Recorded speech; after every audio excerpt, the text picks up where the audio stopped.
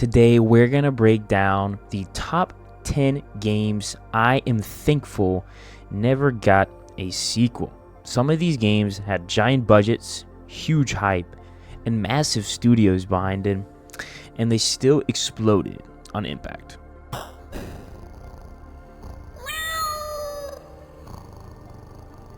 So, some of these games are sequels themselves, but the way I'm gonna do this is after these games, the company or the developers didn't pursue this kind of game again with the same mechanics, So these games might be sequels themselves, but they never spawned more of the same game. Or these are very new games that hopefully don't get a sequel, and I haven't heard any news from them getting any sequel. So let's get into it. Suicide Squad Kill the Justice League 2024. So Suicide Squad is the perfect example of a studio under pressure. Rocksteady, the same team behind Arkham City and Arkham Knight, was forced into making a live service looter shooter it was never built for. Years of development, internal reworks, and Warner Bros. Mandates pushed the game into something fans never asked for. The mechanics were terrible. Instead of deep melee combat like Batman, every character played like a same generic shooter, just with different skins. Movement felt floaty and sloppy. Enemies were bullet sponges. Boss fights were repetitive and boring. And the game was built around intrusive life service gear scores that killed any sense of progression. Missions felt copy and paste. Fly to a point, shoot waves, hold a button, and repeat. Critics called the combat shockingly generic and soulless. Players said it felt like Destiny with more movement. And because the game launched with server issues for a required online experience, people couldn't even play the story at times. Warner Bros. Reportedly ate a $200 million loss, player counts tanked, and Rocksteady confirmed Season 4 would be the last update. No sequel ever, hopefully. Super Mario Bros. 2 USA. Mario 2 is the weirdest game in the entire Super Mario franchise, and for a good reason. Nintendo didn't want to release the real Mario 2 from Japan because it was too difficult. So they took an entirely different game called Doki Doki Panic, slapped Mario characters on top, and called it a day. The mechanics give it away instantly. You couldn't stop enemies. This time, you had to pick them up and throw them. The physics were floating and inconsistent. Each character had weird, uneven abilities that didn't match the Mario formula. The game lacked the precise controls that made Mario iconic. Players at the time didn't know what to think. Critics said it felt like a different universe, and modern fans joke it plays like Mario had a fever dream. Nintendo took the hint, and Mario 3 returned to classic platforming, and no sequel ever followed this strange experiment. E.T The Extra Terrestrial in 1982. Atari gave the developer just 5 weeks to create this game from scratch, and unfortunately, the mechanics reflected that brutal deadline. Movement was awkward and clunky. Players constantly fell into pits with no way to avoid them. The collision detection was inaccurate, so E.T. would randomly slide into holes or objects. Objectives were unclear, map design was confusing, and the game offered no tutorial at all. Critics later called it the worst game ever made, and Time magazine wrote that E.T. destroyed Atari's reputation. Players hated it so much, millions of unsold copies were buried in the landfill in New Mexico. This is no joke, this is real.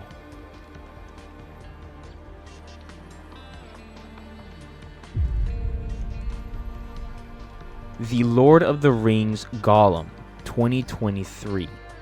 Gollum is a perfect storm of bad decisions.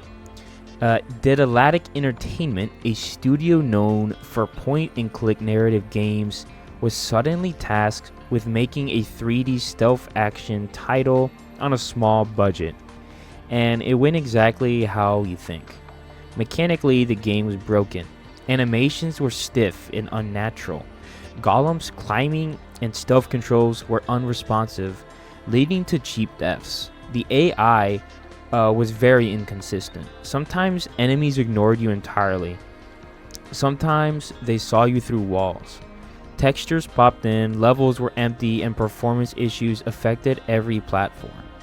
IGN called it a joyless and buggy mess. PC Gamer said it looked like a PS2 game in a PS5 world. Players described it as unfinished and embarrassing for the Lord of the Rings brand.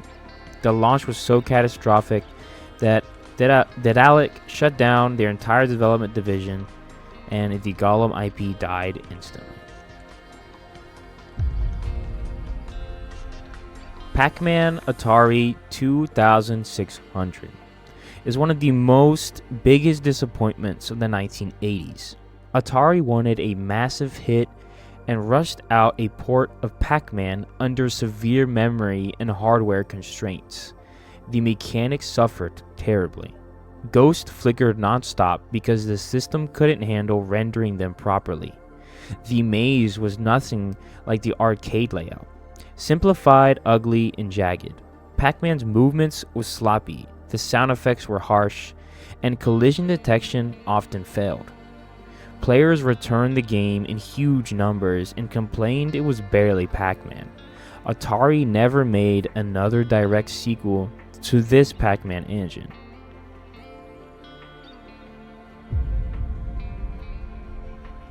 Superman 64, 1999. The legend, the myth, the fog machine. Superman 64 was built under massive restrictions from Warner Bros., who didn't want Superman to use violence or interact with destructible environments. Titus Interactive had to rebuild the game as a virtual simulation, cutting almost everything from the original design. Mechanically, it's a huge mess. Flying feels like steering a concrete block through the sky. The fog render distance is so bad you can barely see anything. Enemies were glitching through walls. The game forced you to fly through endless ring courses that feel like chores. The combat was very clunky and nearly uncontrollable. GameSpot called it unplayable in every sense. Players still describe it as a pain in cartridge form, and the game was so disastrous that Warner Bros. Canceled Titus' planned sequel instantly.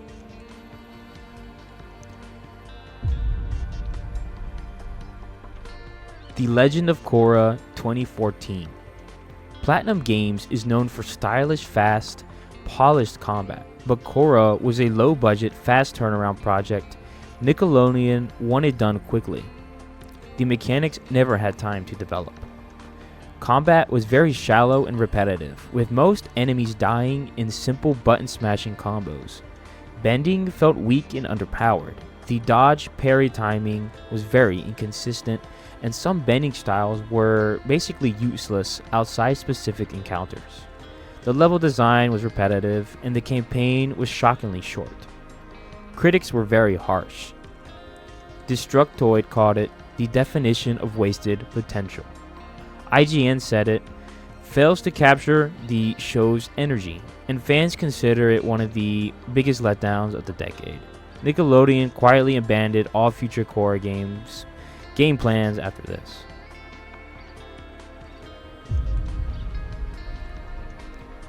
Marvel's Avengers 2020. So on paper, this should have been one of the biggest games of all time.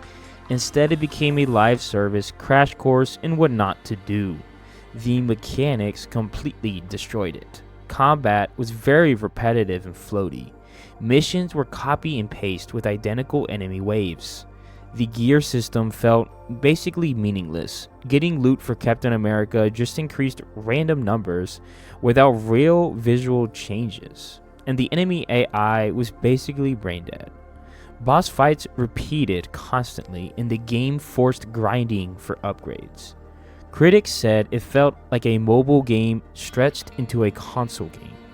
Player bases dropped instantly, sales bombs, and the game was discontinued less than 3 years later. A sequel long dead.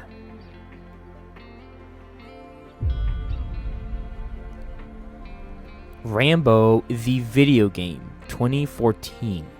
This game should have been an action-packed FPS. Instead, it turned into a stiff, awkward, on-rail shooter pretending to be a full game. The mechanics were very embarrassing. Hit detection barely worked, enemies didn't react to being shot, animations looked like PS2 leftovers. The game reused movie audio instead of recording new dialogue. QuickTime events dominated the gameplay, and some were broken, making progression almost impossible. GameSpot called it agonizingly bad. Players joked it felt like a parody someone accidentally released, so Taeyeon never touched Rainbow again.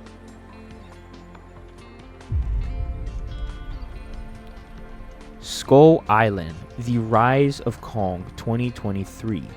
The crown jewel of disaster, developed in 1 year under tight licensing deadlines. The mechanics clearly showed how rushed it was. Animations were unfinished, with Kong freezing mid-emote or sliding around. Combat was bare-bones button smashing. Enemies were clones with identical models and behaviors. The camera fought the player constantly. Collision detection failed repeatedly, making platforming impossible. Textures loaded late or not at all. PC Gamer said it might be the worst game they ever reviewed. IGN called it ugly, buggy, and boring. Players turned the game into a meme before the month ended. A sequel, hopefully, absolutely zero chance. So that's my top 10 games that I'm so thankful this Thanksgiving that they never will hopefully get a sequel. Some of these collapsed entire studios, some damaged huge franchises, and some should have never even left development at all. Let me know in the comments which game scarred you the most and what game you think should be on this list.